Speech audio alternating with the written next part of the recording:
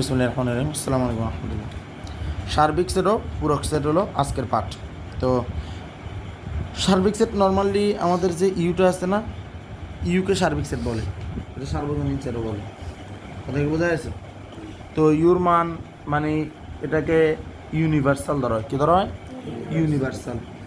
এটার উপাদান সংখ্যা অনেক বেশি ধরা হয়। নর্মালি যতগুলো সেট থাকবে তার থেকে বড় সেট হয় সেটা, অথবা যতগুলো সেট থাকে সবগুলো সেটের উপাদান সেটা দিয়ে তৈরি হয়।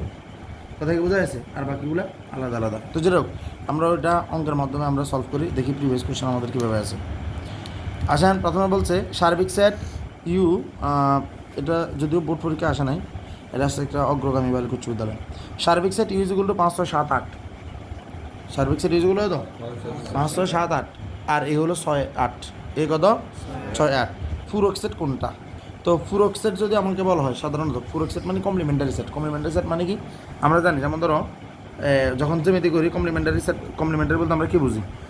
দুইটা কোণ মিলে যদি 90 ডিগ্রি, তাহলে সেটাকে এক কোণের পূরক বলে। তাহলে একটা যদি হয় 60 ডিগ্রি, আরেকটা হবে 90 বিয়োগ 60। একটা যদি হয় 30 ডিগ্রি, একটা হবে 90 বিয়োগ 30 ডিগ্রি। একটা হলো 50, তাহলে একটা হবে 90 বিয়োগ 50। অর্থাৎ একটা যদি থিতা আর একটা হবে 90 ডিগ্রি মাইনাস থিতা। কথা কি বোঝা যাচ্ছে? এভাবে আমরা কি করি? পূরক কোণ বাইর করি। তো এখন হলো আমাদের পূরক সেট। তো পূরক সেট তাহলে কেমনে বাইর করে? তো নর্মালি কমপ্লিমেন্টারি পূরক কোণ যেরকম 90 থেকে যে সেটটা আছে ওইটা সেট বিয়োগ করা হয়, যে থিতা আছে ওটা বিয়োগ করা হয়। পূরকটাও ঠিক তদ্রুপ ইউ থেকে বাদ দেওয়া হয়। যেটার পূরক বলা হবে ইউ থেকে সেটা বাদ। কি বলছি? যেটা পূরক বলবে সেটা হলো ইউ থেকে বাদ। ঠিক আছে? তো তাহলে আমাদের এখানে অঙ্কটাতে ধরলাম, এখানে আমাদের এই যে ধরলাম কি আমাদের লেখাই আছে যে ইউ মানে হলো 5 6 7 8। এটা আমাদের লেখা আছে ইউ সমান। কথা বোঝা গেছে? আর এ সমান লেখা আছে কত? এ সমান লেখা আছে 6 8। তো আমার বলতেছে পূরক সেট, এটা বাংলায় লিখছে পূরক সেট। তো পূরক বাংলা লেখক আর জামনা লেখক, পূরক বলতে আমরা বুঝবো দুইটা জিনিস, আইদার এ প্রাইম অথবা A to the power C. C মানে কমপ্লিমেন্টারি। কথা কি বোঝা যাচ্ছে?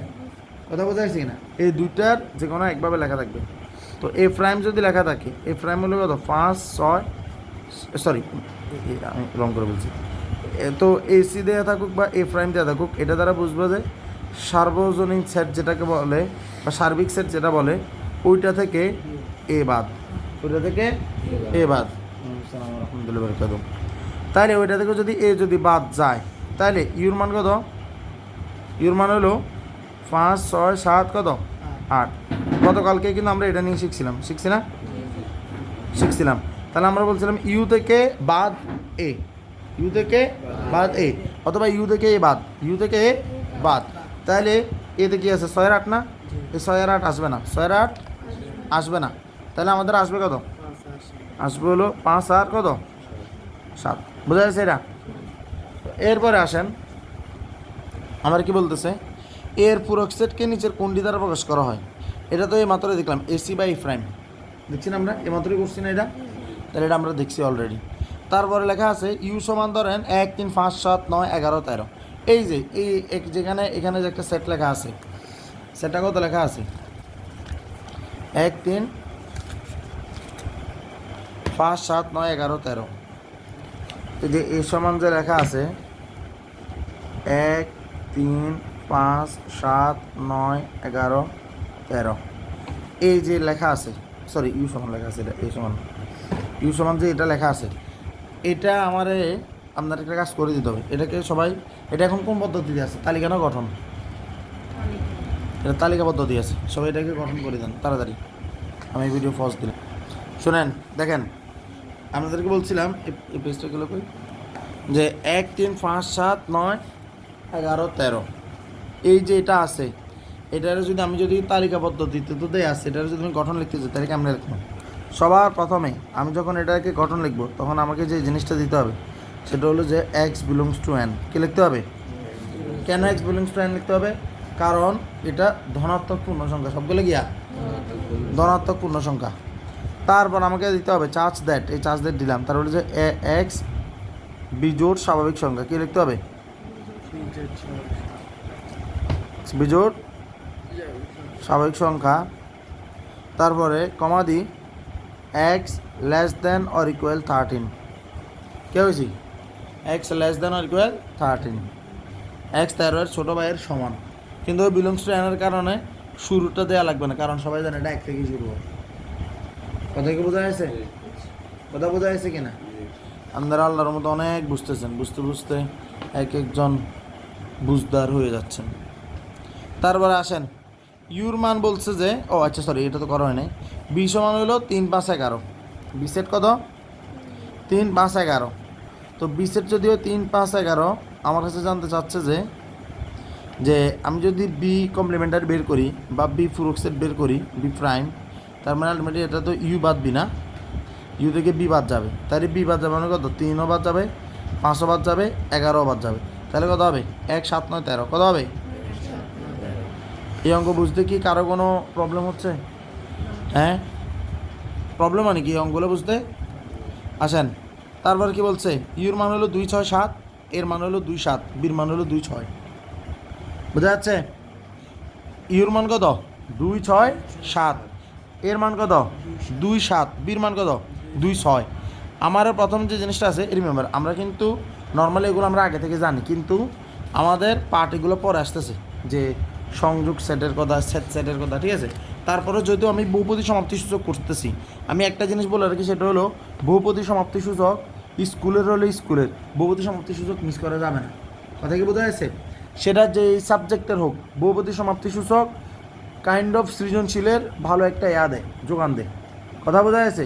বহুপদী সমাপ্তি সূচক কখনো মিস করা যাবে না, বহুপদী সমাপ্তি সূচক করতে হবে। পরীক্ষার লাস্ট মোমেন্ট আমি কি করবো? বসে বসে বহুপদী সমাপ্তি সূচক শেষ করবো, তাহলে ওই চ্যাপ্টারের সব কিছু চলে আসে। কথা বোঝা যাচ্ছে? কথা বোঝা যাচ্ছে কিনা? কী করবো? বহুপদী সমাপ্তি সূচক করব। আসেন, তাহলে এই যে এ আমাদের যেখানে লেখা আছে এ ইন্টারসেকশন বি, এটা যদি আমি করি, বলতেছে যে আমি ইউকে পাবো, আমি সার্বিক সেটকে পাবো, আমি সার্বজনীনকে পাবো। বোঝা গেছে? এখন এ ইন্টারসেকশন বি, এতে কে কে আছে? এতে আছে 2 7, বিতে কে আছে? 2 6। তাহলে আমি পাচ্ছি কত? ইন্টারসেকশনে কে আসে? শুধু যেটা মিল আছে ওইটাই আসে, শুধু 2 আসবে। কে আসবে? 2 আসবে। কথা কি বোঝা গেছে? তো যদি শুধু 2 আসে, তাহলে আমার যে এটা বলছিল যে এটা ইউ আসছে না, ইউ আসছে, এখানে ইউ আছে। হ্যাঁ, ইউ মানে তো হচ্ছে 207, এখানে 207 আছে, কত আছে? তো তাইলে অনেকে ইউ আছে মনে করতেছেন যে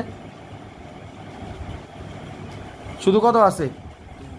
2 আছে, শুধু কত আছে? 2 আছে। তারপর কি লেখা আছে? তারপর লেখা আছে এ বি এর ডোমেন 2, এ বি এর ডোমেন 2। এবার এর শুরু ডোমেন হলো কোনটা? ডোমেন রেঞ্জ কথাটা কখন আসবে? যদি সেটগুলো শুধুমাত্র ওই দুটো উপাদান দ্বারা গঠিত হয়। সেটগুলো কি দ্বারা গঠিত হয়? দুটো উপাদান দ্বারা গঠিত হয়। একটা এক্স একটা ওয়াই ধরলাম, তাহলে শুরুটাকে বলবো ডোমেন, পরটাকে বলবো রেঞ্জ। যদিও এটা এটা এটা সত্য না, এটার জন্য আরও অনেক মানে চড়াই উতরে যেতে হয়, কিন্তু স্বাভাবিকভাবে যেগুলোর উপাদান সংখ্যা 2টা, তাদের শুরুটা এক্স, পরেরটা y. X domain, y range. X domain, y গিয়া রেঞ্জ। কথা কি মনে থাকবে না? খালি আমি মাথা রাখতাম। তাহলে এবার আসেন, আমার এখানে এ বি এর ডোমেন 2, তাহলে আসেন দুটোটাতে কি এক্সের মান কি 2 নাকি? এক্সের মান 2 না দুটোটাতে? হ্যাঁ, একে 2 6, একে 2 7, তাহলে ডোমেন কত? 2 না? কথা কি মিথ্যা কইছে? সত্য কথা বলছে না? আচ্ছা, তারপর বলছে যে এ প্রাইম হোল প্রাইম মানে এ, কি বলতেছে? খুব সুন্দর একটা ইন্টারেস্টিং কথা। এ প্রাইমের উপর আবার হোল প্রাইম দেন, আপনি একে পাবেন। এ প্রাইমের উপর হোল প্রাইম দিলে আবার একে পাওয়া যাবে কেমনে? আসলে দেখি তো। এ প্রাইম মানে তো আমরা জানি ইউ বাদে, ইউ বাদে মানে কত? 2 6 7 থেকে কত? 2 6 বাদ না? তাহলে আমি কাকে পাচ্ছি? আমি শুধু 7কে পাচ্ছি। কাকে? 7কে। এখন আমি যদি এ প্রাইমের উপর আবার প্রাইম দিই, তাহলে আমি ইউ থেকে কাকে বাদ দিব? এ প্রাইম বাদ দিব। বোঝা যাচ্ছে? এ প্রাইমের উপর আবার হোল প্রাইম দিলে ইউ থেকে এ প্রাইম বাদ যাবে। তো ইউর মান হলো কত? 2 6 কত? 7। ইউর মান কত? 2 6। আসলে এগুলা জেল পেন তো, বাতাস লাগলে এগুলা বন্ধ হয়ে যায়। 2 6 7, সরি। আর এই প্রাইমের মান কত? শুধু কত? 7। তাহলে 2 6 7 থেকে 7 গেলে আনসার কত? 2 6 না? 2 6 মানে আবার একে ফেরত পাও না? একে ফেরত পাওয়া নেই। এটাকে কিন্তু সাধারণ মন্তব্য হিসেবে এখনও নেবেন না, এটা পরে দেখবো এটাকে সাধারণ মন্তব্য করা যায় কিনা, যে দুইটা প্রাইম করলে তাকে আবার পূর্বের অবস্থা ফেরত পাওয়া যায়। যদিও আমি এটা বলতে পারি, কিন্তু তারপরে এখন আমি বলবো না। কথা কি বোঝা গেছে? কারণ বারবার অ্যাক্সিডেন্ট হইতে হইতে মানুষের একটা কী হয়, ধারণা হয় না কিন্তু কীভাবে চলতে হয়। ওকে, তার মানে আপাতত এটার জন্য আমরা দেখতেছি যে এ ডবল প্রাইম মানে আবার কি এ। ক্লিয়ার? তাহলে আমাদের আনসার শুধু 2 এর 3 গেছে। 2 এর 3 কোনটাতে আছে? ও না, সরি, আমাদের তো আনসার হ্যাঁ 2 এর 3 হয়েছে। 2 এর 3 এখানে 2 এর 3 দেয় নাই, শুধু 1 ও 2 দিছে, একটা হবে না। 1 ও 3 দিছে, এটা হবে না। আবার এই শুধু 3 দিছে, এটা হবে না। আর 1 2 3 এর ভিতরে আমাদের তো 1 হবে না, তাহলে শুধু 3 হবে। এখানে আনসারটা শুধু 3 হবে। ওই যেহেতু 2 এর অপশান কোথাও নাই, তাহলে আমাদের আনসার শুধু কত? 3। একটা আছে সেখানে 1 ও 2, তো একটা হবে না, তাহলে আনসার হবে গ। বুঝা গেছে না এটা? ক্লিয়ার? ওকে, তো পরের প্রশ্ন কি বলছে দেখেন। ইউর মান হলো 1 2 3 4 5 6। ইউর মান কত? 1 2 3 4 5 6। এ সেটে আছে 1 2 3 4। এ সেটে কত? 1 2 3 4। এস এ এর উপসেট চাইছে, উপসেটের অঙ্কটা করছি। তো এ এর উপসেটটা বাইর করে দেন। 1 2 3 4 এর উপসেট বাইর করে দেন। তো উপসেট তার মানে কি, আমাদের এখানে যেহেতু এর উপাদান সংখ্যা কয়টা? 4টা, তাহলে 2 টু দি পাওয়ার কত? 4 হবে। উপসেটের সংখ্যা কত হবে? 2 টু দি পাওয়ার 4। আর প্রকৃত উপসেট কত হবে? 1 বিয়োগ। উপসেট থেকে 1 বিয়োগ মানে 2 টু দি পাওয়ার 4 হলে কত? কত? 16। তার মানে এটার কয়টা বাইর হবো? 16টা কী বাইর হবে? উপসেট বের হবে।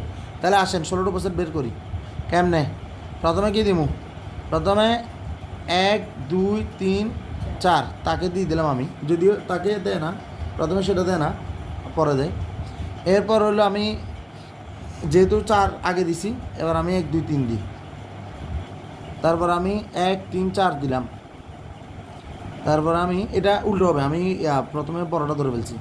1 3 4 পরে কত? 1 2 3, এটা কোনো সমস্যা না, যে কোনোভাবে করে যায়। 2 3 4। তারপর হলো কত? 1 2। তারপর হলো কত? 1 3। তারপর হলো কত? 1 4। তারপর হলো কত? 2 3। তারপর কত? 2 4। তারপরে কত? 3 4। তারপরে কত? 1 2 3 4। আর হলো গিয়া ফাঁকা সেট। আর হলো গিয়া ফাঁকা সেট। তাহলে এই যে উপসেট কেমন বের করে? পাওয়ার সেট বলে। এদেরকে কি বলে? পাওয়ার সেট বলে। বোঝানো বের করে পাওয়ার সেট দিই বা শক্তি সেট দিই। 1টা 2টা 3টা 4টা 5টা 6টা 7টা 8টা 9টা 10টা 11 12 13 14 15। একটা এখনও মিসিং আছে, সেটা কোনটা? ফাঁকা সেট তো দিছি। 1 2 3 4 5 6 7 8 9 10 11 12 13 14 15। 1ও গেল, 2 গেল, 3 গেল, 4 গেল। 1 4 1 2 1 2 1 3 1 4 2 3 2 4 3 4 1 2 3 1 3 4 1 2 3 1 3 4 2 3 4। এটাও তো দিলাম।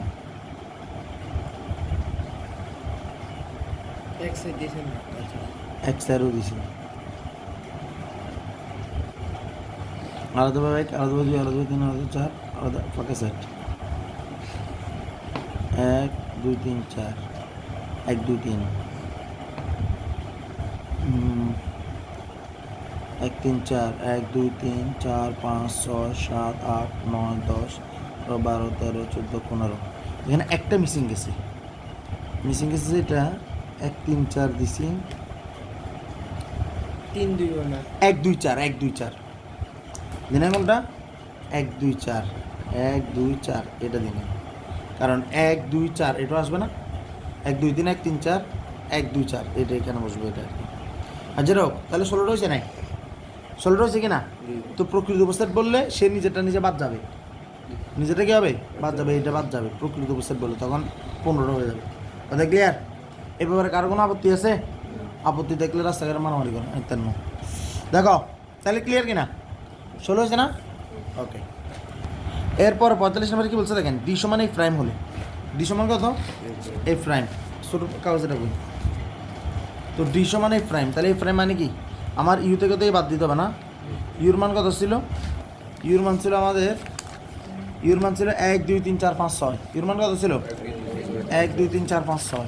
তাহলে আসেন ইউর মান থেকে এ প্রাইম, আমাদেরকে এ প্রাইম বের করতে হবে। এ প্রাইম মানে হলো 1 2 3 4 5 6 থেকে 1 2 3 4 বাদ, 1 2 3 4 বাদ, 1 2 3 4 5 6 থেকে। তাহলে আনসার কত আসতেছে? শুধু কত? 5 6 না?